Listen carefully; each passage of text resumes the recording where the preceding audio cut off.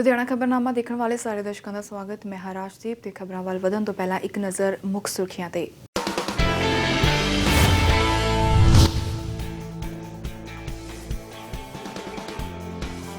नहीं रहे मशहूर पंजाबी गायक के दीप लुधियाना विखे लए अपने आखिरी साह। अपनी विलक्षण गायकी दे नाल कई दहाकियां तक कीता ਸਰੋਤਿਆਂ ਦੇ ਦਿਲਾਂ ਤੇ ਰਾਜ।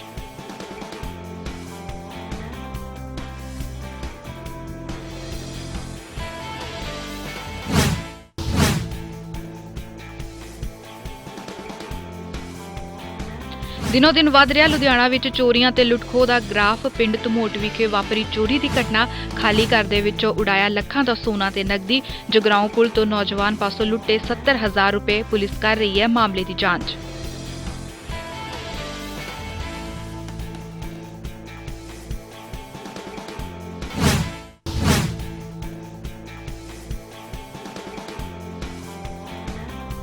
ਕਿਸਾਨੀ ਮੁੱਦਿਆਂ ਦੇ ਕੇਂਦਰ ਦੇ ਖਿਲਾਫ ਗਰਜੇ ਅਦਾਕਾਰ ਯੋਗਰਾਜ ਸਿੰਘ। ਪੰਜਾਬ ਦੇ ਸਾਰੇ ਵਰਗਾਂ ਨੂੰ ਖੇਤੀ ਕਾਨੂੰਨਾਂ ਵਿਰੁੱਧ ਇਕਜੁੱਟ ਹੋਣ ਦੀ ਕੀਤੀ ਅਪੀਲ। ਗਾਇਕ ਸਰਦੂਲ ਸਿਕੰਦਰ ਨੇ ਵੀ ਕਿਸਾਨਾਂ ਦੇ ਹੱਕ ਵਿੱਚ ਮਾਰਿਆ ਹਾਂ ਦਾ ਨਾਰਾ।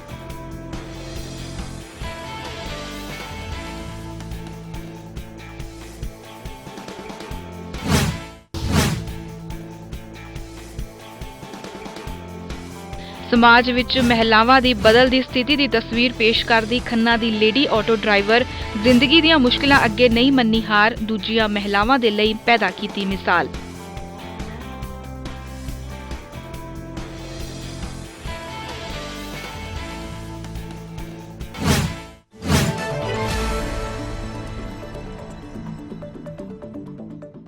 ਤੇ ਹੁਣ ਖਬਰਾਂ ਵਿਸਥਾਰ ਦੇ ਨਾਲ। ਪੰਜਾਬੀ ਗਾਇਕੀ ਵਿੱਚ ਆਪਣੀ ਵੱਖਰੀ ਪਛਾਣ ਰੱਖਣ ਵਾਲੇ ਮਸ਼ਹੂਰ ਗਾਇਕ ਕੇ ਦੀਪ ਇਸ ਫਾਨੀ ਦੁਨੀਆ ਨੂੰ ਅਲਵਿਦਾ ਆਖ ਗਏ। ਉਹਨਾਂ ਲੁਧਿਆਣਾ ਦੇ ਇੱਕ ਨਿੱਜੀ ਹਸਪਤਾਲ ਦੇ ਵਿੱਚ ਆਪਣੇ ਆਖਰੀ ਸਾਹ ਲਏ। ਕੇ ਦੀਪ ਪਿਛਲੇ ਲੰਮੇ ਸਮੇਂ ਤੋਂ ਬਿਮਾਰ ਚੱਲ ਰਹੇ ਸਨ।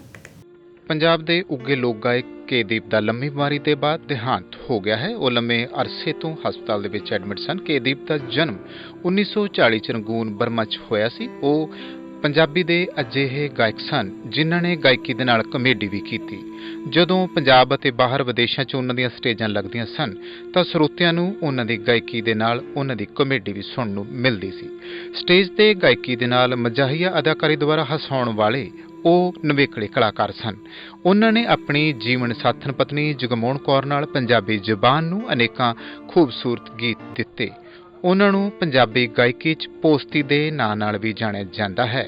ਉਹਨਾਂ ਦੇ ਅਨੇਕਾਂ ਗੀਤਾਂ 'ਚੋਂ ਮੇਰਾ ਬੜਾ ਕਰਾਰਾ ਪੂਦਨਾ ਗੀਤ ਵਿਦੇਸ਼ਾਂ ਅਤੇ ਪੰਜਾਬ ਦੇ ਮੇਲਿਆਂ 'ਚ ਬੜਾ ਚਰਚਿਤ ਰਿਹਾ ਹੈ ਤੇ ਅੱਜ ਵੀ ਮੇਲਿਆਂ ਦੀ ਰੌਣਕ ਹੈ। ਲੋਕ ਗਾਇਕ ਕੇ ਦੀਪ ਦੀ ਮੌਤ ਤੇ ਮੁੱਖ ਮੰਤਰੀ ਪੰਜਾਬ ਸਮੇਤ ਅਨੇਕਾਂ ਕਲਾਕਾਰਾਂ ਅਤੇ ਗਾਇਕਾਂ ਨੇ ਡੂੰਘੇ ਦੁੱਖ ਦਾ ਇਜ਼ਹਾਰ ਕੀਤਾ ਹੈ। ਅਦਾਰਾ ਫਾਸਟਵੇ ਉਹਨਾਂ ਦੀ ਮੌਤ ਤੇ ਗਹਿਰੇ ਦੁੱਖ ਦਾ ਪ੍ਰਗਟਾਵਾ ਕਰਦਾ ਹੈ। ਖੰਨਾ ਦੇ ਨੇੜਲੇ ਪਿੰਡ ਧਮੋਟ ਕਲਾਂ ਵਿਖੇ ਚੋਰਾਂ ਵੱਲੋਂ ਸੇਂਧ ਲਗਾ ਕੇ ਇੱਕ ਘਰ ਵਿੱਚੋਂ ਲੱਖਾਂ ਦਾ ਸੋਨਾ, ਚਾਂਦੀ ਅਤੇ ਨਕਦੀ ਚੋਰੀ ਕਰ ਲਈ ਗਈ। ਘਰ ਦੇ ਮਾਲਕ ਪਵਿੱਤਰ ਸਿੰਘ ਨੇ ਜਾਣਕਾਰੀ ਦਿੰਦੇ ਹੋਏ ਦੱਸਿਆ ਕਿ ਉਹਨਾਂ ਆਪਣੇ ਪਰਿਵਾਰ ਨਾਲ ਆਪਣੇ ਹਸਪਤਾਲ ਦੇ ਵਿੱਚ ਭਰਤੀ ਪਿਤਾ ਨੂੰ ਮਿਲਣ ਗਏ ਸੀ ਅਤੇ ਜਦੋਂ ਕੁਝ ਘੰਟਿਆਂ ਬਾਅਦ ਉਹ ਆਪਣੇ ਘਰ ਪਰਤੇ ਤਾਂ ਘਰ ਦਾ ਮੁੱਖ ਦਰਵਾਜ਼ਾ ਅਤੇ ਅੰਦਰ ਦੇ ਸਾਰੇ ਦਰਵਾਜ਼ਿਆਂ ਦੇ ਤਾਲੇ ਟੁੱਟੇ ਹੋਏ ਮਿਲੇ ਅਤੇ ਅਲਮਾਰੀ ਦੇ ਵਿੱਚੋਂ ਸਾਰਾ ਕੀਮਤੀ ਸਮਾਨ ਵੀ ਗਾਇਬ ਸੀ। ਉਹਨਾਂ ਦੇ ਮੁਤਾਬਿਕ ਚੋਰ 28 ਤੋਲੇ ਸੋਨਾ ਅਤੇ 40,000 ਨਕਦੀ ਲੁੱਟ ਕੇ ਫਰਾਰ ਹੋ ਗਏ। ਉੱਥੇ ਇਸ ਚੋਰੀ ਦਾ ਸ਼ੱਕ ਘਰ ਦੇ ਮਾਲਕ ਨੇ ਘਰ ਵਿੱਚ ਹੀ ਕੰਮ ਕਰਨ ਵਾਲੀ ਇੱਕ ਨੌਕਰਾਨੀ ਤੇ ਜ਼ਾਹਿਰ ਕੀਤਾ ਹੈ, ਕਿਉਂਕਿ ਉਹਨਾਂ ਦੇ ਮੁਤਾਬਿਕ ਜਿਸ ਤਰ੍ਹਾਂ ਘਟਨਾ ਨੂੰ ਅੰਜਾਮ ਦਿੱਤਾ ਗਿਆ ਇਸ ਦੇ ਵਿੱਚ ਘਰ ਦਾ ਕੋਈ ਭੇਤੀ ਹੀ ਸ਼ਾਮਿਲ ਹੋ ਸਕਦਾ ਹੈ।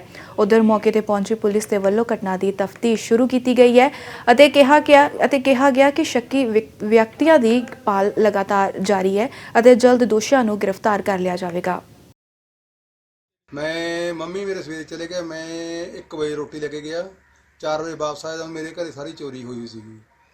ਕਿੰਨਾ ਕੁ ਸਮਾਨ ਲੈ ਕੇ ਗਏ ਨੇ? ਸਮਾਨ ਸੀਗਾ ਵੀਰ ਜੀ ਸੋਨਾ ਲੈ ਕੇ, ਨਗਦੀ 40,000 ਰੁਪਏ ਲੈ ਕੇ ਜੀ।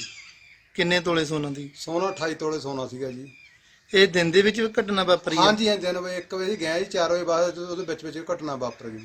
ਇਹ ਉੱਥੇ ਹਸਪਤਾਲ ਗਏ ਸੀ, ਇਹਨਾਂ ਦਾ ਫਾਦਰ ਐਡਮਿਟ ਸੀਗਾ। ਇਹ ਉੱਥੇ ਗਏ ਸੀ ਸਿੱਧੂ ਹਸਪਤਾਲ ਦਰਾਹੀ। 1 ਤੋਂ 4 ਵਜੇ ਤੱਕ ਇਹ ਉੱਥੇ ਰਹੇ। ਜਦੋਂ ਆਏ ਵਾਪਸ ਆਣ ਕੇ ਇਹਨਾਂ ਦੇ ਘਰੇ ਜਿਹੜੇ ਅਨਨੋਨ ਬੰਦੇ ਆ ਉਹਨਾਂ ਨੇ ਘਰ ਦਾ ਤਾਲਾ ਤੋੜ ਕੇ ਅੰਦਰੋਂ ਜਿਹੜੇ ਗਹਿਣੇ ਸੋਨਾ ਚੋਰੀ ਤੇ ਬਾਕੀ ਕੁਝ ਨਕਦੀ ਸੀ ਉਹਨਾਂ ਨੇ ਚੋਰੀ ਕਰ ਲਈ ਸੀ। ਇਸ ਸੰਬੰਧ ਦੇ ਵਿੱਚ ਅਸੀਂ ਨੇ ਐਫਆਈਆਰ ਲੌਜ ਕਰ ਲਈ ਹੈ। ਐਫਆਈਆਰ ਲੌਜ ਕਰਕੇ ਅਸੀਂ ਅਲੱਗ-ਅਲੱਗ ਬੰਦਿਆਂ ਤੋਂ ਵੱਖ-ਵੱਖ ਤੋਂ ਸ਼ੱਕੀਆਂ ਤੋਂ ਅਸੀਂ ਪੁੱਛਗਿੱਛ ਕਰ ਰਹੇ ਹਾਂ। ਸਾਡੀ ਜਿਹੜੀ ਆ ਤਲਾਸ਼ ਜਾਰੀ ਹੈ। ਜਦੋਂ ਕੋਈ ਅਸਲ ਤੱਥ ਜਲਦੀ ਸਾਹਮਣੇ ਆਉਣ 'ਤੇ ਅਸੀਂ ਜਲਦੀ ਰਿਕਵਰ ਕਰ ਲਾਂਗੇ। ਲੁਧਿਆਣਾ ਸ਼ਹਿਰ ਵਿੱਚ ਲੁੱਟ-ਖੋਹ ਦੀਆਂ ਵਾਰਦਾਤਾਂ ਦਾ ਗ੍ਰਾਫ ਲਗਾਤਾਰ ਵਧਦਾ ਨਜ਼ਰ ਆ ਰਿਹਾ ਹੈ। ਇੱਥੇ ਦਿਨ ਦਿਹਾੜੇ ਇੱਕ ਨਿੱਜੀ ਕੰਪਨੀ ਦੇ ਮੁਲਾਜ਼ਮ ਨੂੰ 3 ਬਾਈਕ ਸਵਾਰ ਲੁਟੇਰਿਆਂ ਨੇ ਆਪਣਾ ਸ਼ਿਕਾਰ ਬਣਾਇਆ। ਲੁੱਟ ਦਾ ਸ਼ਿਕਾਰ ਹੋਏ ਨੌਜਵਾਨ ਪ੍ਰਦੀਪ ਨੇ ਦੱਸਿਆ ਕਿ ਉਹ ਕੰਪਨੀ ਦੇ ਪੈਸਿਆਂ ਨੂੰ ਬੈਂਕ ਤੋਂ ਕਢਵਾ ਕੇ ਵਿਸ਼ਵਕਰਮਾ ਚੌਂਕ ਤੋਂ ਜਲੰਧਰ ਬਾਈਪਾਸ ਵਾਲੀ ਸਾਈਡ ਜਾ ਰਿਹਾ ਸੀ ਅਤੇ ਜਿਵੇਂ ਹੀ ਉਹ ਜਗਰਾਉਂ ਪੁਲ ਤੇ ਪਹੁੰਚਾ ਤਾਂ ਪਿੱਛੋਂ ਬਾਈਕ ਸਵਾਰ 3 ਲੁਟੇਰਿਆਂ ਨੇ ਉਸ ਨੂੰ ਰੋਕ ਕੇ ਉਸ ਦੇ ਕੋਲੋਂ 70,000 ਰੁਪਏ ਦੀ ਲੁੱਟ ਕਰਕੇ ਮੌਕੇ ਤੋਂ ਫਰਾਰ ਹੋ ਗਏ। ਪੀੜ੍ਹੀ ਦੇ ਮੁਤਾਬਿਕ ਉਸਨੇ ਲੁਟੇਰਿਆਂ ਦੇ ਨਾਲ ਮੁਕਾਬਲਾ ਕਰਨ ਦੀ ਕੋਸ਼ਿਸ਼ ਕੀਤੀ ਪਰ ਉਹ ਅਸਫਲ ਰਿਹਾ। ਉੱਥੇ ਹੀ ਮੌਕੇ ਤੇ ਪਹੁੰਚੀ ਪੁਲਿਸ ਟੀਮ ਨੇ ਪੀੜ੍ਹਿਤ ਵਿਅਕਤੀ ਦੇ ਬਿਆਨ ਦਰਜ ਕਰ ਲਏ ਨੇ ਅਤੇ ਮੁਲਜ਼ਮਾਂ ਦੀ ਗ੍ਰਿਫਤਾਰੀ ਦੀ ਗੱਲ ਆਖੀ ਹੈ। ਸਰ ਜੀ ਮੈਂ ਆਪਣਾ ਵਿਸ਼ਵਕਰਮਾ ਚੌਕ ਪੰਜਾਬ ਨੈਸ਼ਨਲ ਬੈਂਕ 'ਚੋਂ ਪੇਮੈਂਟ ਕਢਾ ਕੇ ਆਪਣਾ ਜਲੰਧਰ ਬਾਈਪਾਸ ਜਾ ਰਿਹਾ ਸੀਗਾ ਨਾਰਥਰਨ ਮੋਟਰ। ਤੇ ਕੀ ਗੱਲਬਾਤ ਹੋਈ, ਕਿੱਥੇ ਵਾਰਦਾਤ ਆਪਣਾ ਇੱਥੇ ਹੀ ਹੋਈ ਆਪਣਾ ਪੈਟਰੋਲ ਪੰਪ ਦੇ ਕੋਲ ਹੀ। ਇੱਥੇ ਆਪਣਾ ਮੈਂ ਪਿੱਛੋਂ ਆਇਆ, ਜਦੋਂ ਪਿੱਛੋਂ ਨਾ 3 ਮੁੰਡੇ ਆਏ ਬਾਈਕ ਤੇ ਇਹਨਾਂ ਨੇ ਕਹਿੰਦਾ ਅਕਸੇ ਵੇਲੇ ਕੁਝ ਪਾਇਆ, ਨਾਲੇ ਮੈਂ ਗੁੱਟ ਵੀ ਫੜ ਲਿਆ ਨਾਲ ਤੇ ਮੁੜ ਕੇ ਉਹਨਾਂ ਨੇ ਹੱਥਾਪਾਈ ਵੀ ਕੀਤੀ ਆ, ਬਟਨ ਤੋੜ ਕੇ ਜਿੰਨੇ ਮੈਂ ਸੰਭਲਦਾ ਬਾਈਕ ਲੈ ਕੇ ਆਪਣਾ ਬਾਈਕ ਸਟਾਰਟ ਸੀ ਮੇਰਾ, ਉਹਨਾਂ ਨੇ ਕਿਹਾ ਭੱਜ ਗਏ 3 ਮੁੰਡੇ। ਹਥਿਆਰ ਵੀ ਸੀ ਉਹਨਾਂ ਕੋਲ? ਨਹੀਂ, ਹਥਿਆਰ ਤੋਂ ਨਹੀਂ ਸੀਗੇ ਉਹਨਾਂ ਕੋਲ। ਇਹਨਾਂ ਨੇ PNB ਨੈਸ਼ਨਲ ਬੈਂਕ ਤੋਂ ਵਿਸ਼ਵਕਰਮਾ ਚੌਂਕ ਤੋਂ 70,000 ਰੁਪਇਆ ਕਢਾ ਕੇ ਆਪਣੇ ਜਲੰਧਰ ਬਾਈਪਾਸ ਨੂੰ ਜਾ ਰਹੇ ਸੀ। ਇਹਨਾਂ ਨੇ ਦੱਸਿਆ, ਇਹਨਾਂ ਦੇ ਦੱਸਣ ਮੁਤਾਬਕ ਇਹਨਾਂ ਦੇ ਪਿੱਛੇ ਤਿੰਨ ਮੁੰਡੇ ਪਤਲੇ ਦੱਸ ਰਹੇ ਨੇ। ਇਹ ਮੋਟਰਸਾਈਕਲ ਤੇ ਆਏ, ਇਹਨਾਂ ਨੇ ਜਗਰਾਉਂ ਪੁਲ ਦੇ ਆਪਣੇ ਜੋ ਛਾਉਣੀ ਮਹੱਲੇ ਪਹੁੰਚਦੇ ਆ ਇਹ ਜਗਰਾਉਂ ਪੁਲ ਤੋਂ ਉਹ ਪੈਟਰੋਲ ਪੰਪ ਦੇ ਸਾਹਮਣੇ ਫਲਾਈਓਵਰ ਦੇ ਉੱਪਰ ਇਹਨਾਂ ਨੂੰ ਰੋਕ ਕੇ ਕਹਿੰਦੇ ਵੀ ਮੈਨੂੰ ਰੋਕ ਕੇ 70,000 ਰੁਪਇਆ ਖੋਹ ਕੇ ਤੇ ਜਲੰਧਰ ਬਾਈਪਾਸ ਸਾਈਡ ਨੂੰ ਚਲੇ ਗਏ ਨੇ। ਲੁਧਿਆਣਾ ਦੇ ਫੋਕਲ ਪੁਆਇੰਟ ਇਲਾਕੇ ਵਿੱਚ ਇੱਕ ਸ਼ਖਸ ਨੇ ਆਪਣੇ 5 ਸਾਲਾਂ ਦੇ ਮਾਸੂਮ ਬੱਚੇ ਸਾਹਮਣੇ ਹੀ ਪਤਨੀ ਦਾ ਕਤਲ ਕਰ ਦਿੱਤਾ। ਜਾਣਕਾਰੀ ਦੇ ਮੁਤਾਬਿਕ ਇਹ ਸ਼ਖਸ ਨਸ਼ੇ ਦਾ ਆਦੀ ਦੱਸਿਆ ਜਾਂਦਾ ਹੈ ਅਤੇ ਬੀਤੀ ਕੱਲ ਉਸ ਦਾ ਆਪਣੀ ਪਤਨੀ ਦੇ ਨਾਲ ਝਗੜਾ ਇੰਨਾ ਵੱਧ ਗਿਆ ਕਿ ਉਸਨੇ ਆਪਣੇ 5 ਸਾਲਾ ਪੁੱਤਰ ਦੇ ਸਾਹਮਣੇ ਡੰਡਾ ਮਾਰ ਕੇ ਆਪਣੀ ਪਤਨੀ ਦਾ ਕਤਲ ਕਰ ਦਿੱਤਾ ਅਤੇ ਉਹਨਾਂ ਦਾ ਹੀ 5 ਸਾਲ ਦਾ ਮਾਸੂਮ ਬੇਟਾ ਸਾਰੀ ਰਾਤ ਆਪਣੀ ਮਾਂ ਦੀ ਲਾਸ਼ ਦੇ ਕੋਲ ਹੀ ਸੁੱਤਾ ਰਿਹਾ। ਘਟਨਾ ਤੋਂ ਬਾਅਦ ਮੁਲਜ਼ਮ ਮੌਕੇ ਤੋਂ ਫਰਾਰ ਹੋ ਗਿਆ ਅਤੇ ਜਦੋਂ ਗੁਆਂਢੀਆਂ ਨੂੰ ਘਟਨਾ ਦੇ ਬਾਰੇ ਪਤਾ ਲੱਗਾ ਤਾਂ ਉਹਨਾਂ ਨੇ ਇਸ ਦੀ ਸੂਚਨਾ ਪੁਲਿਸ ਨੂੰ ਦਿੱਤੀ। ਪੁਲਿਸ ਨੇ ਮੁਲਜ਼ਮ ਪਤੀ ਨੂੰ गिरफ्तार करके उसके खिलाफ केस दर्ज कर लिया है। तो नाइट में काम कर रहा था तो सुबह आए तो हम लोगों को मालूम हुआ कि यहाँ पे लड़की वो जनानी थी वो बेहोश पड़ी है। तो हम लोगों को बोला कोई बात नहीं, चलो देखा तो सुना कि मारा है तो मर गई है। तो इसके बारे में तो हमको ज़्यादा पता नहीं, तो मालूम हुआ 4 बंदे और हैं तो वो तो मिले नहीं हैं, वो पता नहीं कहाँ गए हैं। कोई नशा वगैरह किया हुआ था? ये नहीं सर हमको मालूम है। तो रात को ये किया था? हाँ हो सकता है रात को लड़ाई झगड़ा किया हो, तो मालिक भी आया था समझा के चला गया। किस चीज़ से मारा था उन्होंने? अब सर इसमें ब्लड लगा हुआ तो हो सकता है इसी से मारा। ਕਿਸਾਨੀ ਮੁੱਦੇ ਤੇ ਕਿਸਾਨਾਂ ਨਾਲ ਮੋਢਾ ਜੋੜ ਕੇ ਬੈਠੇ ਪੰਜਾਬੀ ਸਿਨੇਮਾ ਦੇ ਸਿਤਾਰਿਆਂ ਵਿੱਚੋਂ ਅਦਾਕਾਰ ਯੋਗਰਾਜ ਅਤੇ ਮਸ਼ਹੂਰ ਪੰਜਾਬੀ ਗਾਇਕ ਸਰਦੂਲ ਸਿਕੰਦਰ ਵੱਲੋਂ ਪੰਜਾਬ ਦੇ ਸਾਰੇ ਵਰਗਾਂ ਨੂੰ ਕਿਸਾਨਾਂ ਦੇ ਨਾਲ ਇਕਜੁੱਟ ਹੋਣ ਦੀ ਅਪੀਲ ਕੀਤੀ ਗਈ ਹੈ। ਦੱਸੀਏ ਕਿ ਅਦਾਕਾਰ ਯੋਗਰਾਜ ਨੇ ਆਪਣੇ ਜੱਦੀ ਪਿੰਡ ਕਨੇਚ ਵਿਖੇ ਕਿਸਾਨ ਅੰਦੋਲਨ ਤਹਿਤ ਕੀਤੀ ਰੈਲੀ ਦੇ ਵਿੱਚ ਸਰਦੂਲ ਸਿਕੰਦਰ, ਸਰਦਾਰ ਅਲੀ ਅਤੇ ਹੋਰ ਕਈ ਗਾਇਕਾਂ ਨੇ ਪੰਜਾਬ ਵਿਧਾਨ ਸਭਾ ਵੱਲੋਂ ਪਾਸ ਕੀਤੇ ਗਏ ਬਿੱਲਾਂ ਨੂੰ ਸਹੀ ਕਦਮ ਦੱਸਿਆ। ਜਿਵੇਂ ਕਿ ਪੰਜਾਬ ਦੇ ਵਿੱਚ ਕਿਸਾਨਾਂ ਵੱਲੋਂ ਰੋਸ ਪ੍ਰਦਰਸ਼ਨ ਕੀਤਾ ਜਾ ਰਿਹਾ, ਉਸੇ ਤਰ੍ਹਾਂ ਕਿਸਾਨ ਸੜਕਾਂ 'ਤੇ ਬੈਠੇ ਨੇ, ਰੇਲਵੇ ਲਾਈਨਾਂ 'ਤੇ ਬੈਠੇ ਨੇ, ਪੈਟਰੋਲ ਪੰਪ ਬਲੌਕ ਕੀਤੇ ਹੋਏ ਨੇ। ਅੱਜ ਆਪਣੇ ਜੱਦੀ ਪਿੰਡ ਕਨੇਚ ਵਿਖੇ ਯੋਗਰਾਜ ਜੀ ਪਹੁੰਚੇ ਨੇ, ਨਾਲ ਗੱਲਬਾਤ ਕਰਨੀ ਚਾਹਾਂਗੇ। ਤੁਸੀਂ ਇੱਕ ਖੁੱਲ੍ਹੇ ਪੰਡਾਲ ਦੇ ਵਿੱਚ ਕਿਸਾਨਾਂ ਨੂੰ ਸੰਬੋਧਨ ਕੀਤਾ, ਲੋਕਾਂ ਨੂੰ ਮੈਸੇਜ ਦਿੱਤਾ। ਯੋਗਰਾਜ ਜੀ ਤੁਹਾਡਾ ਡੇਲੀ ਪੋਸਟ 'ਤੇ ਸਵਾਗਤ ਹੈ ਜੀ। ਤੁਸੀਂ ਅੱਜ ਆਪਣੇ ਜੱਦੀ ਦੇ ਪਿੰਡ ਵਿੱਚ ਪਹੁੰਚੇ ਹੋ ਤੇ ਲੋਕਾਂ ਨੂੰ ਹੋਰ ਕੀ ਮੈਸੇਜ ਦੇਣਾ ਚਾਹੁੰਦੇ ਹੋ? ਕੀ ਤੁਹਾਡਾ ਆਪਣੇ ਪਿੰਡ ਦੇ ਵਿੱਚ ਕਿਉਂ ਮਨ ਬਣਿਆ ਇੱਥੇ ਰੈਲੀ ਕਰੀ ਆ ਕੇ? ਯੋਗਰਾਜ ਸਿੰਘ ਸਪੁੱਤਰ ਸ਼ਹੀਦ ਬਾਬਾ ਦੀਪ ਸਿੰਘ ਜੀ ਦੀ ਫਤਿਹ ਸਾਰੇ ਕਬੂਲ ਕਰਿਓ। ਵਾਹਿਗੁਰੂ ਜੀ ਕਾ ਖਾਲਸਾ, ਵਾਹਿਗੁਰੂ ਜੀ ਕੀ ਫਤਿਹ। ਮੇਰਾ ਪਿੰਡ ਹੈ ਜੀ, ਮੇਰਾ ਜਨਮ ਸਥਾਨ ਹੈ, ਮੇਰੇ ਵੱਡ ਵਡੇਰਿਆਂ ਦੀ ਖੁਸ਼ਬੂ ਹੈ ਇੱਥੇ। ਔਰ ਮੇਰਾ ਦਿਲ ਕਰਦਾ ਸੀ, ਮੇਰਾ ਮਨ ਸੀ ਕਿ ਮੈਂ ਆਪਣੇ ਪਿੰਡ ਦੇ ਲੋਕਾਂ ਨੂੰ ਮਿਲਾਂ, ਆਪਣੇ ਪਿੰਡ ਨੂੰ ਦੇਖਾਂ ਔਰ ਉੱਥੇ ਤੁਹਾਡੇ ਵਰਗੇ ਮਾਜ਼ੂ ਲੋਕਾਂ ਨਾਲ ਗੱਲਬਾਤ ਕਰਾਂ, ਕਿਉਂਕਿ ਕਿਸਾਨ ਦਾ ਪੁੱਤਰ ਹੋਣ ਦੇ ਨਾਤੇ ਮੇਰਾ ਇਹ ਫਰਜ਼ ਬਣਦਾ ਹੈ। ਮੇਰੀ ਆਤਮਾ ਨੇ ਜੋ ਮੈਨੂੰ ਆਵਾਜ਼ ਦਿੱਤੀ ਹੈ, ਲੇਕਿਨ ਮੈਂ ਇੱਕ ਕੌਮ ਨੂੰ ਸੁਨੇਹਾ ਦੇਣਾ ਚਾਹੁੰਦਾ ਔਰ ਆਪਣੇ ਪਿੰਡ ਵਾਲੇ ਨੂੰ ਵੀ ਜਿਹੜਾ ਸੁਨੇਹਾ ਜੀ ਤੁਸੀਂ ਦੇਖ ਹੀ ਲਿਆ, ਮੈਂ ਦੇ ਕੇ ਗਿਆ ਕਿ ਜੇ ਆਪਾਂ ਹੁਣ ਨਾ ਜਾਗੇ ਤੇ ਹੁਣ ਨਾ ਆਪਾਂ ਆਪਣੇ ਹੱਕਾਂ ਲਈ ਲੜੇ ਤਾਂ ਫਿਰ ਜਿੰਨਾ ਥੋੜ੍ਹਾ ਬਹੁਤ ਪੰਜਾਬ ਇਹ ਵੀ ਇੱਥੋਂ ਚਲੇ ਜਾਊ। ਸੋ ਇਸ ਪੰਜਾਬ ਦੇ ਵਿੱਚ ਗੁਰੂ ਪੀਰਾਂ ਦੀ, ਪੁਰਖਿਆਂ ਦੀ, ਵੱਡ ਵਡੇਰਿਆਂ ਦੀ, ਸਾਡੇ ਮਾਤਾਵਾਂ ਦੀ, ਭੈਣਾਂ ਦੀ, ਸਾਡੀਆਂ ਧੀਆਂ ਦੀਆਂ ਕੁਰਬਾਨੀਆਂ, ਬੱਚਿਆਂ ਦੀਆਂ ਕੁਰਬਾਨੀਆਂ ਉਹ ਲਹੂ ਜਿਹੜਾ ਡੁੱਲੇ ਇਸ ਪੰਜਾਬ ਦੀ ਧਰਤੀ ਤੇ ਉਹ ਵਿਅਰਥ ਨਹੀਂ ਜਾਣਾ ਚਾਹੀਦਾ। ਕੋਈ ਵੈਰੀ ਸਾਡੇ ਗਲ 'ਚ ਹੱਥ ਪਾਉਂਦਾ ਤਾਂ ਸ਼ਾਇਦ ਹੁਣ ਨੂੰ ਤਹਿਸ ਨਹਿਸ ਕਰ ਦਿੰਦੇ, ਪਰ ਦੁੱਖ ਇਸ ਗੱਲ ਦਾ ਕਿ ਘਰ ਦੇ ਉਹ ਜੀਆਂ ਨੇ ਹੱਥ ਪਾਇਆ ਜਿਨ੍ਹਾਂ ਪਿੱਛੇ ਪੰਜਾਬ ਦੇ ਲੋਕ ਤੇ ਪੰਜਾਬ ਮਰਦਾ ਰਿਹਾ। ਇਸ ਗੱਲ ਦਾ ਬਹੁਤ ਦੁੱਖ ਹੈ ਔਰ ਅਕਾਲ ਪੁਰਖ ਦੇਖ ਵੀ ਰਿਹਾ, ਸੁਣ ਵੀ ਰਿਹਾ। ਇਹਦੀਆਂ ਸਜ਼ਾਵਾਂ ਮਿਲਣਗੀਆਂ ਲੋਕਾਂ ਨੂੰ। ਇੱਕ ਤੁਸੀਂ ਅਪੀਲ ਮੇਰੀ ਗੱਲ ਪੂਰੀ ਨਹੀਂ ਹੋਈ, ਵਿੱਚ ਨਾ ਕੱਟਿਆ ਕਰ, ਠੀਕ ਹੈ? ਸਜ਼ਾਵਾਂ ਲੋਕਾਂ ਨੂੰ ਮਿਲਣਗੀਆਂ ਜਿਹੜੇ ਲੋਕ ਇਸ ਤਰ੍ਹਾਂ ਦੇ ਕੰਮ ਕਰ ਰਹੇ, ਕਿਉਂਕਿ ਉਹ ਖੁਦਾ ਜਿਹੜਾ ਹੈ ਜਦੋਂ ਆਪ ਇਨਸਾਫ ਕਰਨ ਤੇ ਆਉਂਦਾ ਤੇ ਫਿਰ ਇਹ ਤੱਕੀ ਵੱਡੇ ਵੱਡੇ ਸਿਕੰਦਰ ਵਰਗੇ, ਔਰੰਗਜ਼ੇਬ ਵਰਗੇ ਨਹੀਂ ਰਹੇ। ਮੈਂ ਸਮਝਦਾ ਜੇ ਵੀ ਨੀਤੀ ਆਪਣੀ ਬਦਲ ਲੈਣੀ ਚਾਹੀਦੀ ਹੈ। ਪਿਆਰ ਮੁਹੱਬਤ ਨਾਲ ਇਹ ਕੰਮ ਨਿਬੇੜ ਦਿਓ ਤਾਂ ਬਹੁਤ ਚੰਗਾ ਹੈ। ਇੱਕ ਤੁਸੀਂ ਅਪੀਲ ਕੀਤੀ ਆ, ਜਿਵੇਂ ਕਿ ਕੀਰਤਨੀਏ ਹੋ ਗਏ ਜਾਂ ਜਥੇਦਾਰ ਹੋ ਗਏ ਜਾਂ ਜਿਹੜੇ ਆਪਣੇ ਡੇਰੇਦਾਰ ਨੇ ਜਾਂ ਨਿਹੰਗ ਸਿੰਘ ਨੇ ਵੀ ਕਿਸਾਨਾਂ ਦੇ ਨਾਲ ਆ ਕੇ ਖੜਨਾ, ਉਹਨਾਂ ਬਾਰੇ ਤੁਸੀਂ ਹੁਣ ਕੀ ਮੈਸੇਜ? ਮੈਂ ਇਹਨਾਂ ਦੇ ਨਾਲ NRIਆਂ ਨੂੰ ਵੀ ਕਿਹਾ ਵੀ ਬੇਨਤੀ ਹੈ ਹੱਥ ਜੋੜ ਕੇ, ਜਿੰਨੇ NRI ਭਰਾ ਬਾਹਰ ਰਹਿ ਰਹੇ, ਤੁਸੀਂ ਕੁਛ ਨਾ ਕਰੋ, ਏਜੰਸੀਆਂ ਨੂੰ ਪੈਸਾ ਦੇਣਾ ਬੰਦ ਕਰੋ, ਲੋਕਾਂ ਨੂੰ ਪੈਸਾ ਦੇਣਾ ਬੰਦ ਕਰੋ, ਪਾਰਟੀਆਂ ਨੂੰ ਪੈਸਾ ਦੇਣਾ ਬੰਦ ਕਰੋ। ਤੁਸੀਂ ਇੱਕ ਪਿੰਡ ਸੰਭਾਲ ਲਓ ਪੰਜਾਬ ਦਾ। ਤੁਸੀਂ ਇੱਕ ਪਿੰਡ ਸੰਭਾਲ ਕੇ ਉਹਨੂੰ ਸਵਰਗ ਬਣਾ ਦਿਓ। 2 ਬੰਦੇ ਦੀ ਡਿਊਟੀ ਲਾ ਦਿਓ, ਆਪ ਆ ਕੇ ਚੈੱਕ ਕਰੋ। ਤੁਸੀਂ ਦੇਖਿਓ 6 ਮਹੀਨਿਆਂ ਦੇ ਵਿੱਚ ਪੰਜਾਬ ਐਡਾ ਖੁਸ਼ਹਾਲ ਹੋ ਜਾਏਗਾ ਜਿੱਥੇ ਸਾਰਾ ਹਿੰਦੁਸਤਾਨ ਦਾ ਪੈਸਾ ਇੱਕ ਪਾਸੇ ਤੇ ਪੰਜਾਬ ਇੱਕ ਪਾਸੇ। ਤੁਸੀਂ ਵੀ ਕਾਫੀ ਲੰਬੇ ਸਮੇਂ ਤੋਂ ਇਹ ਸੰਘਰਸ਼ ਦੇ ਵਿੱਚ ਹਿੱਸਾ ਬਣਦੇ ਜਾ ਰਹੇ ਹੋ। ਲੋਕਾਂ ਹਰ ਇੱਕ ਆਵਾਮ ਦੇ ਨਾਲ ਵਿੱਚ ਹੋ ਕੇ ਤੁਸੀਂ ਭਾਗ ਲੈਂਦੇ ਹੋ, ਚਾਹੇ ਤੁਹਾਡੇ ਧਰਮ ਪਤਨੀ ਬਿਮਾਰ ਹੋਣ, ਸੈੱਲ ਘਟੇ ਹੋਣ, ਉਹਨਾਂ ਨੇ ਪਿੱਛੇ ਕਿਸਾਨਾਂ ਦੇ ਨਾਲ ਜਾ ਕੇ ਮੋਢੇ ਨਾਲ ਮੋਢਾ ਜੋੜ ਕੇ ਖੜੇ ਨੇ। ਤੇ ਤੁਸੀਂ ਵੀ ਅੱਜ ਪਿੰਡ ਕਨੇਚ ਦੇ ਵਿੱਚ ਪਹੁੰਚੇ ਹੋ। ਤੁਸੀਂ ਹੋਰ ਆਮ ਆਵਾਮ ਨੂੰ, ਲੋਕਾਂ ਨੂੰ ਕੀ ਅਪੀਲ ਦੇਣਾ ਚਾਹੁੰਦੇ ਜਿਹੜੇ 3 ਬਿੱਲ ਜਿਹੜੇ ਪਾਸ ਕੀਤੇ ਗਏ ਨੇ? ਉਹ ਬਿੱਲ ਤਾਂ ਸਾਰੀ ਦੁਨੀਆ ਨੂੰ ਪਤਾ ਕਿ ਕਿਸਾਨ ਘਾਤਕ ਬਿੱਲ ਨੇ, ਉਹ ਕਿਸਾਨਾਂ ਨੂੰ ਮਾਰਨ ਦੇ ਬਿੱਲ ਨੇ, ਕਿਸਾਨਾਂ ਨੂੰ ਗਲਗੁੱਠਾ ਦੇਣ ਦੇ ਬਿੱਲ ਨੇ ਉਹ। ਔਰ ਉਹਨਾਂ ਦਾ ਇੱਕ ਸੈਂਟਰ ਦਾ ਜਿਹੜਾ ਇਰਾਦਾ ਹੈ ਉਹ ਸਾਨੂੰ ਬਿੱਲੀ ਬਣਾ ਕੇ ਰੱਖਣ ਦਾ, ਕਿ ਜਦੋਂ ਮਰਜ਼ੀ ਚਾਹੀਏ ਫਟਾ ਪਾ ਲਈਏ, ਜਦੋਂ ਮਰਜ਼ੀ ਫਟਾ ਇਹਨਾਂ ਦਾ ਖੋਲ੍ਹ ਦਈਏ। ਪਰ ਅਸੀਂ ਉਹ ਪੰਜਾਬੀ ਹਾਂ, ਅਸੀਂ ਗੁਰੂ ਗੋਬਿੰਦ ਸਿੰਘ ਮਹਾਰਾਜ ਦੀ ਔਲਾਦ ਹਾਂ।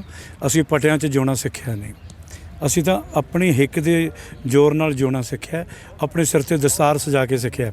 ਬਹੁਤ ਬਹੁਤ ਧੰਨਵਾਦ ਜੀ। ਇਹ ਸਨ ਸਰਦੂਲ ਸਿਕੰਦਰ ਜੀ, ਜਿਹੜੇ ਕਿਸਾਨਾਂ ਦੇ ਨਾਲ ਆ ਕੇ ਖੜੇ ਨੇ। ਇੱਕ ਇਹਨਾਂ ਨੇ ਕਿਹਾ ਵੀ ਆਵਾਮ ਦੇ ਨਾਲ ਖੜਾ, ਇੱਕ ਰੋਜੀ ਰੋਟੀ ਲਈ ਖੜਾ, ਹਰ ਇੱਕ ਮਜ਼ਦੂਰ ਦੇ ਲਈ ਖੜਿਆ ਨਾਲ ਬਰਾਬਰ। ਤੇ ਪੰਜਾਬ ਸਰਕਾਰ ਦਾ ਇਹਨਾਂ ਨੇ ਧੰਨਵਾਦ ਵੀ ਕੀਤਾ। ਦੇਖਣਾ ਹੋਵੇਗਾ ਕਿ ਪੰਜਾਬ ਸਰਕਾਰ ਦੇ ਵੱਲੋਂ ਕੀਤੇ ਜਿਹੜੇ ਬਿੱਲ ਪਾਸ ਨੇ ਕੇਂਦਰ ਸਰਕਾਰ ਨੂੰ ਜਾਂ ਗਵਰਨਰ ਨੂੰ ਇਹ ਮੋਹਰ ਲੱਗਦੀ ਹੈ ਜਾਂ ਨਹੀਂ।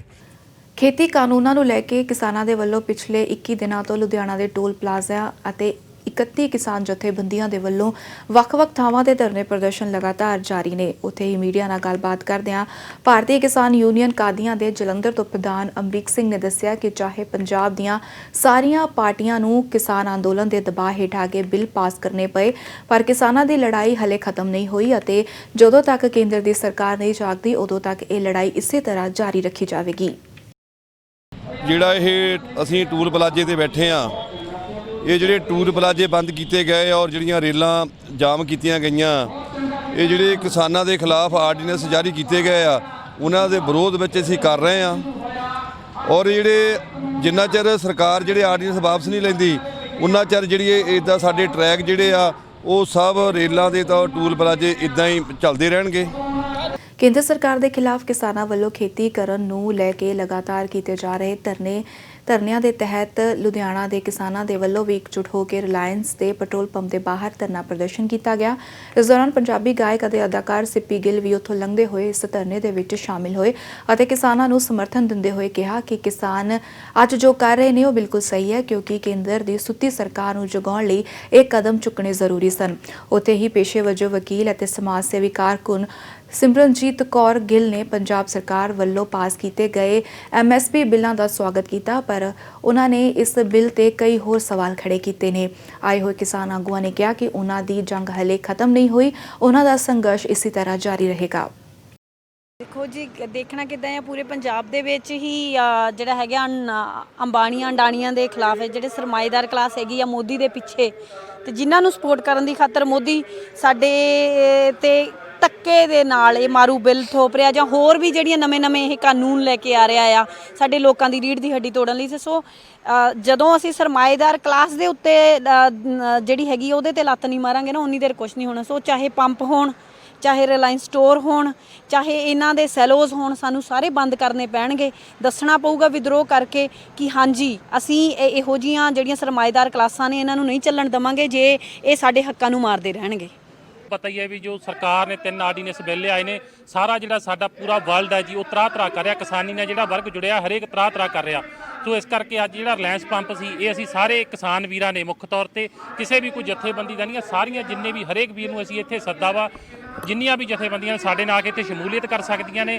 ਕੋਈ ਸਾਡਾ ਸਪੈਸੀਫਿਕ ਬੰਦੇ ਨੇ, ਸਾਰੇ ਕਿਸਾਨੀ ਨਾਲ ਜਿਹੜੇ ਜੁੜੇ ਨੇ, ਕਿਸਾਨੀ ਦਾ ਦਰਦ ਰੱਖਣ ਵਾਲੇ ਵੀਰ ਸਾਰੇ ਇੱਥੇ ਪਹੁੰਚੇ ਨੇ। ਤੇ ਅਸੀਂ ਇਹੀ ਵੀਰ ਮੰਗ ਆ ਸਾਡੀ ਵੀ ਜਿਹੜੇ ਸਰਕਾਰ ਨੇ ਸਾਡੇ ਤੇ 3 ਸਾਨੂੰ ਇੱਕ ਤਰ੍ਹਾਂ ਦੀ ਜਿਵੇਂ ਕਹਦੀ ਗੱਲ ਸਾਨੂੰ ਗਲ ਫਾਹਾ ਪਾਤਾ, ਸਾਡੇ ਮੌਤ ਲਿਆਤੀ, ਸਾਨੂੰ ਜਿਹੜੇ 3 ਆਰਡੀਨੈਂਸ ਬਿੱਲ ਲਿਆਤੇ ਇਹਦੇ ਨਾਲ ਅਸੀਂ ਡੁੱਬ ਜਾਣਾ। ਤੇ ਇਸ ਕਰਕੇ ਅਸੀਂ ਮਹੀਨੇ ਤੋਂ ਉੱਪਰ ਹੋ ਗਿਆ, ਅਸੀਂ ਸਾਰੇ ਕੰਮਕਾਰ ਛੱਡ ਕੇ, ਸਾਰਾ ਕੁਝ ਛੱਡ ਕੇ ਅਸੀਂ ਬਿਲਕੁਲ ਬਿੱਲਾਂ ਦਾ ਵਿਰੋਧ ਕਰਦੇ ਹਾਂ ਸਖਤ ਸ਼ਬਦਾਂ ਦੇ ਵਿੱਚ।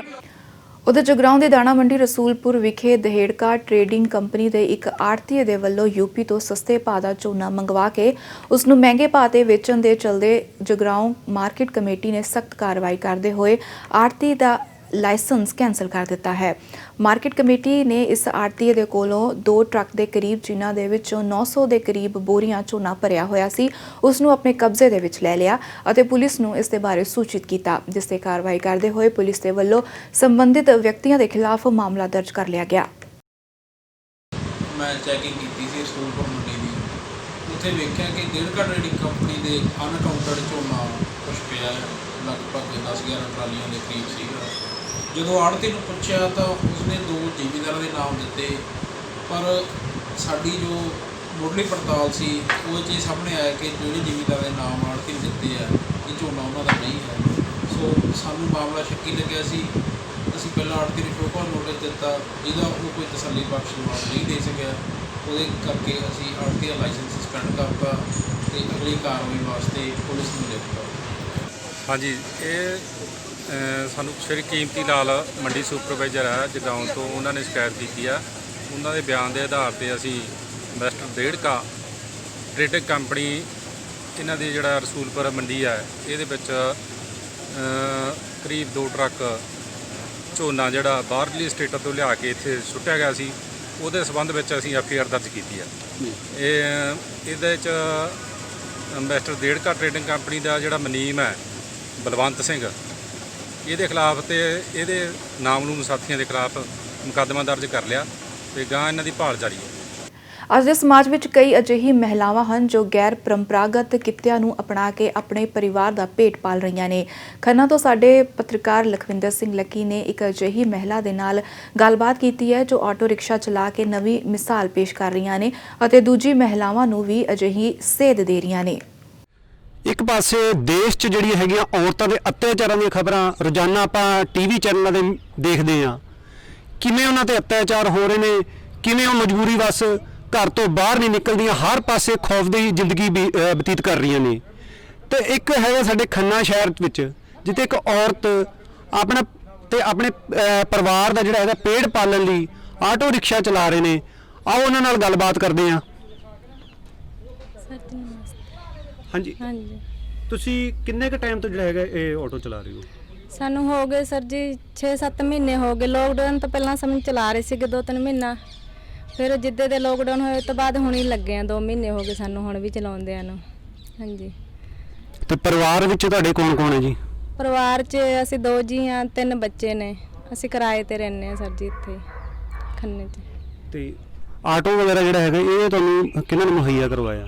ਇਹ ਸੁਪਰ ਮਿਲਕ ਵਾਲਿਆਂ ਨੇ ਮੁਹੱਈਆ ਕਰਾਇਆ ਸਰ ਜੀ। ਸਮਝ ਸਾਨੂੰ 5 ਜਣਿਆਂ ਨੂੰ 5 ਆਟੋ ਦਾਨ ਕੀਤੇ ਨੇ ਉਹਨਾਂ ਨੇ। ਸਮਝਦਾਨ ਹੀ ਹੋ ਗਏ, ਸਮਝ ਉਹਨਾਂ ਨੇ ਸਾਰਾ ਕੁਝ ਖਰਚਾ ਸਾਰਾ ਆਪ ਹੀ ਕੀਤਾ ਗਾ। ਸਮਝ 5 ਆਟੋ ਦਾਨ ਕੀਤੇ ਨੇ ਉਹਨਾਂ ਨੇ ਸਾਨੂੰ 5 ਜਣਿਆਂ ਨੂੰ। ਬਿਲਕੁਲ ਫ੍ਰੀ ਦਾ ਕਰਿਆ ਉਹਨਾਂ ਨੇ ਜਾਂ ਕੋਈ ਇਹਦੇ ਚਾਰजेस ਕੋਈ ਫਾਰਮ ਭਰਨ ਦੇ ਜਾਂ ਕੁਝ ਇਸ ਤਰ੍ਹਾਂ ਦੇ ਕੋਈ ਚਾਰजेस ਹੋਣ? ਨਹੀਂ ਇਹ 'ਚ ਕੋਈ ਫਾਰਮ 'ਚ ਵੀ 1 ਰੁਪਿਆ ਨਹੀਂ ਸਾਡਾ ਲੱਗਿਆ। ਸਮਝ ਕੋਈ ਪੈਸਾ ਨਹੀਂ ਲੱਗਿਆ ਸਾਡਾ, ਆਣ ਜਾਣ ਦੇ ਹੀ ਲੱਗੇ ਜਿਹੜੇ ਲੱਗੇ। ਬਾਕੀ ਉਹਨਾਂ ਨੇ ਸਾਰਾ ਹੀ ਸਮਝ ਆਪਣਾ ਆਪ ਹੀ ਖਰਚਾ ਕੀਤਾ, ਆਪ ਹੀ ਉਹਨਾਂ ਨੇ ਦਵਾਏ ਨੇ ਸਮਝੇ। ਹਾਂਜੀ। ਤੇ ਇਹ ਜਿਹੜੀ ਹੈਗੀ ਇਹ ਤੁਸੀਂ ਕਿਤੋਂ ਚਲਾਉਣਾ ਸਿੱਖਿਆ ਹੈ ਜਾਂ ਕਿੰਨਾ ਕੁ ਤੁਹਾਨੂੰ ਇਹਦੇ 'ਚ ਮਤਲਬ ਕਿ ਸਮਾਂ ਲੱਗਿਆ ਸਿੱਖਣ ਔਰ ਚਲਾਉਣ ਦਾ? ਸਿੱਖਣ ਨੂੰ ਸਾਨੂੰ ਸਮਝ ਮਹੀਨਾ 1.5 ਮਹੀਨਾ ਲੱਗ ਗਿਆ ਸੀਗਾ।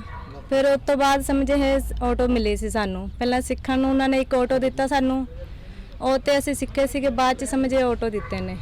ਪਹਿਲਾਂ ਸਿਖਾਇਆ ਉਹਨਾਂ ਨੇ ਵੀ ਜਿਹੜਾ ਸਿੱਖੂਗੀ ਵੀ ਅਸੀਂ ਉਹਨੂੰ ਹੀ ਦੇਵਾਂਗੇ, ਵੀ ਜਿਹੜਾ ਨਹੀਂ ਸਿੱਖਦਾ ਬੰਦਾ ਉਹਨੂੰ ਨਹੀਂ ਅਸੀਂ ਦੇਣਾ। ਹਾਂਜੀ। ਤੇ ਇਹ ਪੂਰੀ ਤਰ੍ਹਾਂ ਇਲੈਕਟ੍ਰੋਨਿਕ ਹੈ ਤੇ ਕਿੰਨੇ ਕੁ ਘੰਟੇ ਨੂੰ ਮਤਲਬ ਲੱਗਦੇ ਚਾਰਜ ਕਰਨ ਨੂੰ ਤੇ ਕਿੰਨੀ ਦੇਰ ਕਿੰਨੇ ਕਿਲੋਮੀਟਰ ਚੱਲ ਜਾਂਦਾ? ਇਹਦੀ ਐਵਰੇਜ ਹੈਗੀ 80-85 ਦੀ ਆ ਤੇ ਸਮਝ 12 ਘੰਟੇ ਲਾ ਕੇ ਰੱਖਣਾ ਪੈਂਦਾ, ਪੂਰਾ ਸਾਰੀ ਰਾਤ ਲਾ ਕੇ ਰੱਖਣਾ ਪੈਂਦਾ, ਫਿਰ ਪੂਰੀ ਦਿਹਾੜੀ ਨਿਕਲ ਜਾਂਦੀ ਹੈ ਇਹ 'ਚ ਆਟੋ 'ਚ। ਜਿਵੇਂ ਹੁਣ ਪਿੱਛੇ ਇਹ ਲਾਕਡਾਊਨ ਰਿਹਾ, ਘਰ ਦਾ ਗੁਜ਼ਾਰਾ ਕਾਫੀ ਔਖਾ ਹੋ ਗਿਆ ਉਸ ਦਰਮਿਆਨ, ਫਿਰ ਤੁਸੀਂ ਕਿਵੇਂ ਤੁਹਾਡੇ ਲਈ ਇਹ ਸਹਾਈ ਹੋਇਆ ਜਿਹੜਾ ਆਟੋ 'ਚ ਤੁਸੀਂ ਚਲਾ ਰਹੇ ਹੋ? ਹਾਂਜੀ, ਕੰਮ ਦਾ ਤਾਂ ਔਖਾ ਹੋ ਗਿਆ ਸੀਗਾ, ਚਲੋ ਉਹ ਤਾਂ 2-3 ਮਹੀਨੇ ਨਿਕਲ ਗਏ, ਫਿਰ ਉਸ ਤੋਂ ਬਾਅਦ ਤਾਂ ਹੁਣ ਤਾਂ ਚਲਾ ਹੀ ਰਹੇ ਆ। ਹੁਣ ਤਾਂ ਚੱਲ ਵਧੀਆ ਗੁਜ਼ਾਰਾ ਨਿਕਲ ਜਾਂਦਾ, ਚੱਲ ਘਰ ਦਾ ਖਰਚਾ ਨਿਕਲ ਜਾਂਦਾ, ਹਜੇ ਤਾਂ ਉਹ ਵੀ ਬਹੁਤ ਆ, ਪੈਸਾ ਤਾਂ ਹਜੇ ਚੱਲ ਜੁੜੂਗਾ, ਚੱਲ ਜੇ ਘਰ ਦਾ ਖਰਚਾ ਨਿਕਲ ਜਾਂਦਾ ਉਹੀ ਬਹੁਤ ਹੈਗਾ।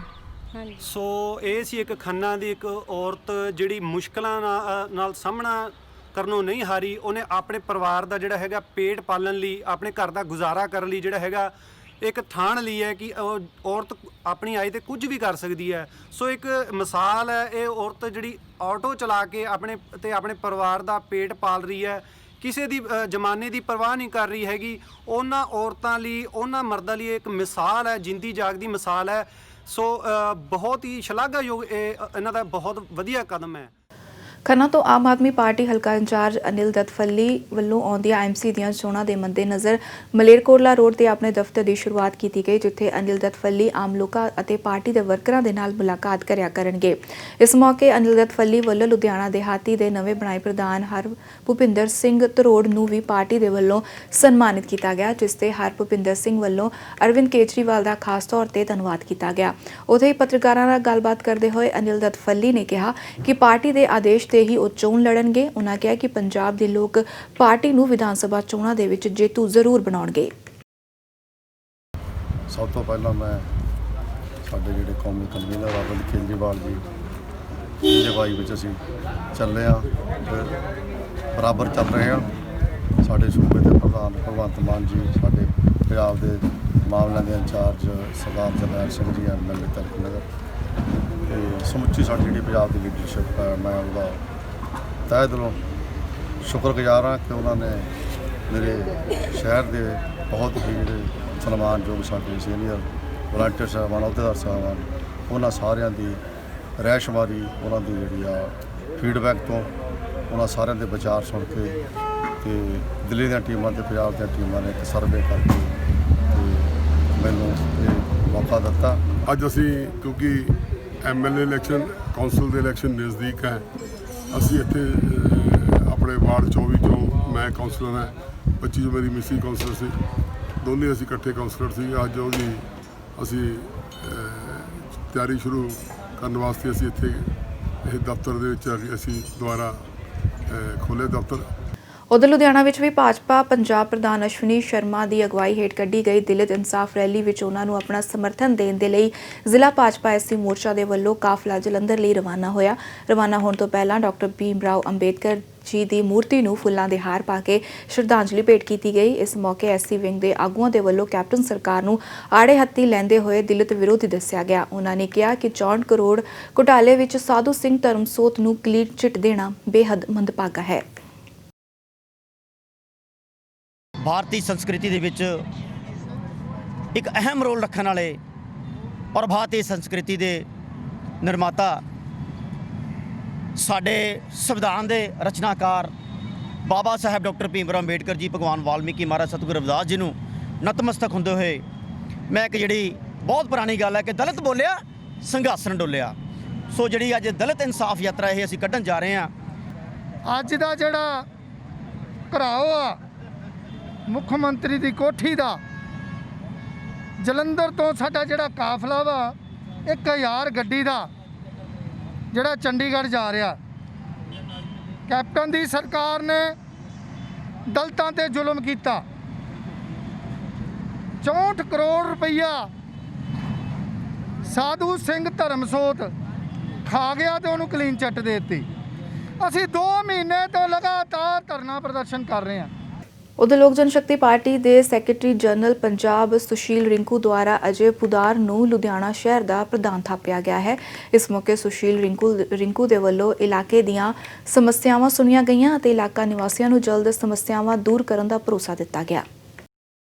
ਅੱਜ ਲੋਕ ਜਨਸ਼ਕਤੀ ਪਾਰਟੀ ਦੀ ਮੀਟਿੰਗ ਹੋਈ ਹੈ। ਲੁਧਿਆਣਾ ਸ਼ਹਿਰ ਦਾ ਸੀਨੀਅਰ ਪ੍ਰਧਾਨ ਅਜੇ ਕੁਮਾਰ ਪੁਦਾਰ ਨੂੰ ਬਣਾਇਆ ਗਿਆ। ਬੜੀ ਅੱਜ ਖੁਸ਼ੀ ਦੀ ਗੱਲ ਆ। ਇਹ ਮੇਰਾ ਵੀਰ ਮੇਰੇ ਨਾਲ ਜੁੜਿਆ, ਹੋਰ ਮੈਂਬਰ ਵੀ ਵੀਰ ਨੇ ਜੋੜੇ ਨੇ। ਅੱਜ ਮੇਰੀਆਂ ਭੈਣਾਂ ਵੀ ਨਾਲ ਆਈਆਂ ਨੇ ਤੇ ਮੇਰੇ ਵੀਰ ਵੀ ਨਾਲ ਜੁੜੇ ਨੇ। ਇਹਨਾਂ ਨੇ ਮੈਨੂੰ ਵਿਸ਼ਵਾਸ ਦਵਾਇਆ 2022 ਦੇ ਇਲੈਕਸ਼ਨਾਂ 'ਚ ਅਸੀਂ ਵੱਧ ਚੜ੍ਹ ਕੇ ਹਿੱਸਾ ਲਾਂਗੇ। ਤੇ ਇੱਕ ਇਹਨਾਂ ਨੇ ਮੈਨੂੰ ਆਪਦੀਆਂ ਗਲੀਆਂ ਦੀ ਮਹੱਲੇ ਦੀਆਂ ਪ੍ਰੋਬਲਮਾਂ ਦੱਸੀਆਂ ਨੇ। ਉਹ ਯਾਰ ਬੜੀ ਮਾੜੀ ਗੱਲ ਆ। ਮਹੱਲੇ ਦਾ ਤਾਂ ਇੰਨਾ ਕੁ, ਗਲੀ ਦਾ ਤਾਂ ਇੰਨਾ ਕੁ ਮਾੜਾ ਹਾਲ ਹੈ ਜਿੰਦਾ ਕੋਈ ਅੰਤ ਹਿਸਾਬ। ਤੇ ਜਿਹੜੇ ਰਹਿੰਦੇ ਕੰਮ ਨੇ ਇਸ ਏਰੀਏ ਦੇ ਤੇ ਪੂਰੇ ਸ਼ਹਿਰ ਦੇ, ਇਹ ਮੇਰੇ ਵੀਰ ਮੇਰੇ ਨਾਲ ਰਲ ਕੇ ਕਰਾਣਗੇ ਤੇ 2022 ਦੇ ਇਲੈਕਸ਼ਨਾਂ 'ਚ ਵੱਧ ਚੜ੍ਹ ਕੇ ਹਿੱਸਾ ਲੈਣਗੇ। ਤੇ ਹੋਰ ਜਿਹੜੇ ਮੇਰੇ ਯੂਥ, ਮੇਰੇ ਭਰਾ, ਮੇਰੀਆਂ ਭੈਣਾਂ, ਮੇਰੇ ਬਜ਼ੁਰਗ ਹੋਰ ਵੀ ਨਾਲੇ ਜੋੜਨਗੇ। ਤੇ ਜਾਣ ਤੋਂ ਪਹਿਲਾਂ ਇੱਕ ਨਜ਼ਰ ਮੁੱਖ ਸੁਰਖੀਆਂ ਤੇ।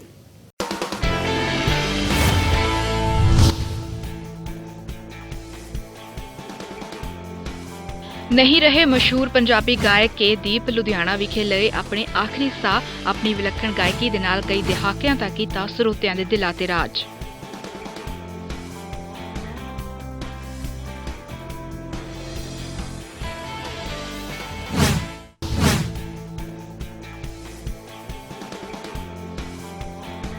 ਦਿਨੋਂ ਦਿਨ ਵੱਧ ਰਿਹਾ ਲੁਧਿਆਣਾ ਵਿੱਚ ਚੋਰੀਆਂ ਤੇ ਲੁੱਟਖੋਹ ਦਾ ਗ੍ਰਾਫ। ਪਿੰਡ ਧਮੋਟ ਵਿਖੇ ਵਾਪਰੀ ਚੋਰੀ ਦੀ ਘਟਨਾ। ਖਾਲੀ ਘਰ ਦੇ ਵਿੱਚੋਂ ਉਡਾਇਆ ਲੱਖਾਂ ਦਾ ਸੋਨਾ ਤੇ ਨਕਦੀ। ਜਗਰਾਉਂ ਪੁਲ ਤੋਂ ਨੌਜਵਾਨ ਪਾਸੋਂ ਲੁੱਟੇ 70,000 ਰੁਪਏ। ਪੁਲਿਸ ਕਰ ਰਹੀ ਹੈ ਮਾਮਲੇ ਦੀ ਜਾਂਚ।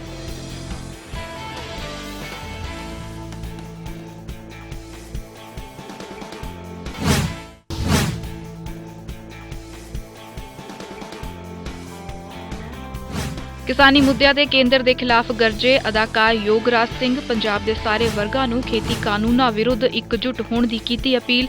ਗਾਇਕ ਸਰਦੂਲ ਸਿਕੰਦਰ ਨੇ ਵੀ ਕਿਸਾਨਾਂ ਦੇ ਹੱਕ ਵਿੱਚ ਮਾਰਿਆ ਹਾਂ ਦਾ ਨਾਰਾ।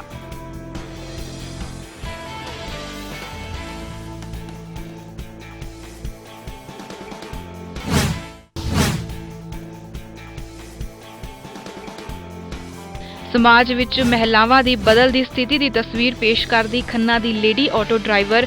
ਜ਼ਿੰਦਗੀ ਦੀਆਂ ਮੁਸ਼ਕਿਲਾਂ ਅੱਗੇ ਨਹੀਂ ਮੰਨੀ ਹਾਰ। ਦੂਜੀਆਂ ਮਹਿਲਾਵਾਂ ਦੇ ਲਈ ਪੈਦਾ ਕੀਤੀ ਮਿਸਾਲ।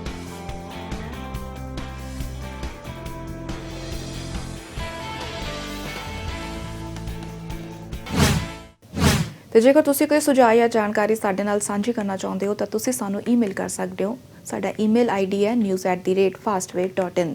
ਤੁਸੀਂ ਸਾਨੂੰ ਆਨਲਾਈਨ ਵੀ ਦੇਖ ਸਕਦੇ ਹੋ www.fastway.in ਤੇ। ਲੁਧਿਆਣਾ ਖਬਰਨਾਮਾ ਵਿੱਚ ਫਿਲਹਾਲ ਬਸ ਇੰਨਾ ਹੀ। ਮੈਨੂੰ ਦਿਓ ਇਜਾਜ਼ਤ। ਧੰਨਵਾਦ।